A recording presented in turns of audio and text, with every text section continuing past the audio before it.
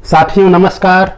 आज हम लोग धर्म और नैतिकता के बीच के संबंध को समझने का प्रयास करेंगे। सर्वप्रथम हमें धर्म के अर्थ को समझना होगा। इसलिए प्रश्न है, धर्म का क्या अर्थ होता है? भारतीय दर्शन में धर्म का अर्थ स्वकर्तव्य पालन को माना गया है।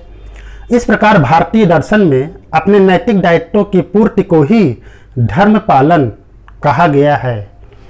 भारतीय दर्शन में नैतिकता और धर्म में हमें कोई फर्क दिखलाई नहीं पड़ता, क्योंकि लेकिन जब हम धर्म को रिलीजन के अर्थ में लेते हैं तो इसका अर्थ किसी मजहब या पंथ से होता है।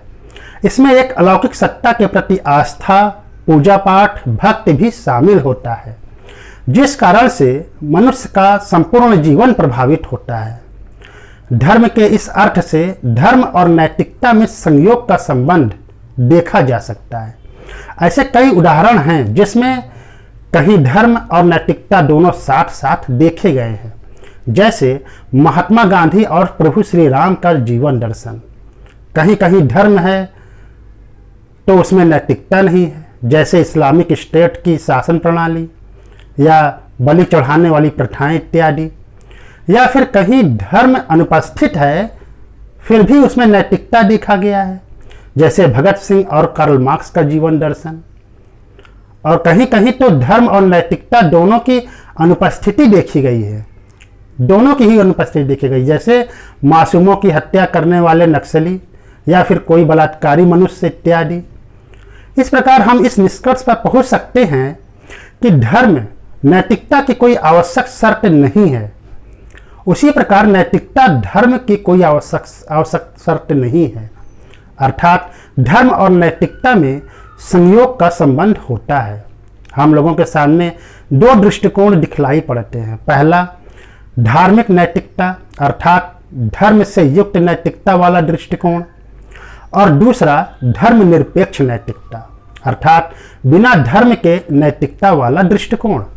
धार्मिक नैतिकता अर्थात धर्म पर टिकी हुई नैतिकता व्यक्ति के विचारों के स्तर पर नहीं बल्कि उसके मूल्यों एवं संस्कारों के स्तर पर कार्य करती है।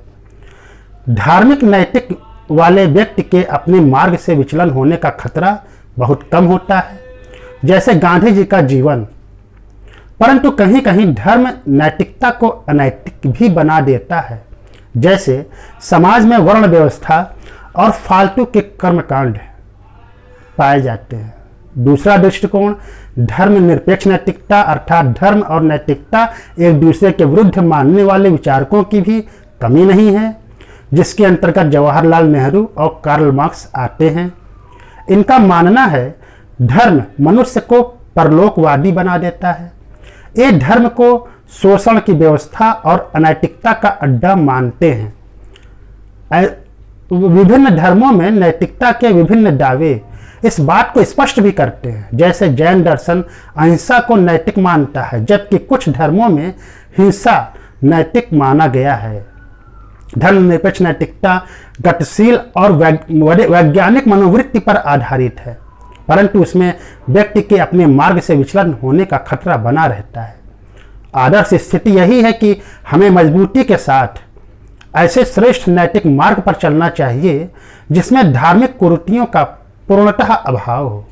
मित्रों, नैतिकता का सीधा सीधा संबंध मानव के जीवन और उसके व्यवहार से होता है, और मानव के नैतिक विचारों को दर्शन, परंपरा, मान्यताएं और हमारी संस्कृति निश्चित रूप से प्रभावित करती है। नीति शास्त्र को व्यवहार दर्शन या आचार शास्त्र भी कहा जाता है। साथियों, अब हम लोग वेदों द्वारा अर्थात वैदिक दर्शन में बताए गए नैतिक विचारों को जानने का प्रयास करेंगे। हमारे भारतीय दर्शन में 4 वेद हैं, ऋग्वेद, यजुर्वेद, सामवेद, अथर्ववेद। हमारे भारतीय दर्शन में नीति शास्त्र का विकास स्वतंत्र रूप में न होकर तत्व मीमांसा के साथ साथ मोक्ष के साधन के रूप में हुआ है। वेदों के नैतिक विचार प्रवृत्ति मार्गी होते हैं अर्थात इनमें भौतिक और इंद्रिय सुखों पर बल दिया गया है। यह अंतर्मुखी न होकर बहिर्मुखी हैं, अर्थात नैतिकता का पालन आंतरिक प्रेरणा से नहीं बल्कि बाहरी दबाव के कारण किया जाता है। वेदों के अनुसार प्रत्येक व्यक्ति को उसके द्वारा किए गए कर्म के अनुसार फल मिलता है, ऐसा माना गया है। इस विचारधारा ने पुनर्जन्म के सिद्धांत को जीवन दिया और पुनर्जन्म के सिद्धांत से आत्मा की अमरता के सिद्धांत को बल मिला। वेदों में पुरुषार्थ को मनुष्य का लक्ष्य बताया गया है। धर्म, अर्थ, काम और मोक्ष, यह 4 पुरुषार्थ वेदों में वर्णित हैं। नैतिक तरीकों से इन चारों पुरुषार्थों को प्राप्त करने की बात कही गई है। यहाँ धर्म का अर्थ होता है जो धारण करने के योग्य हो।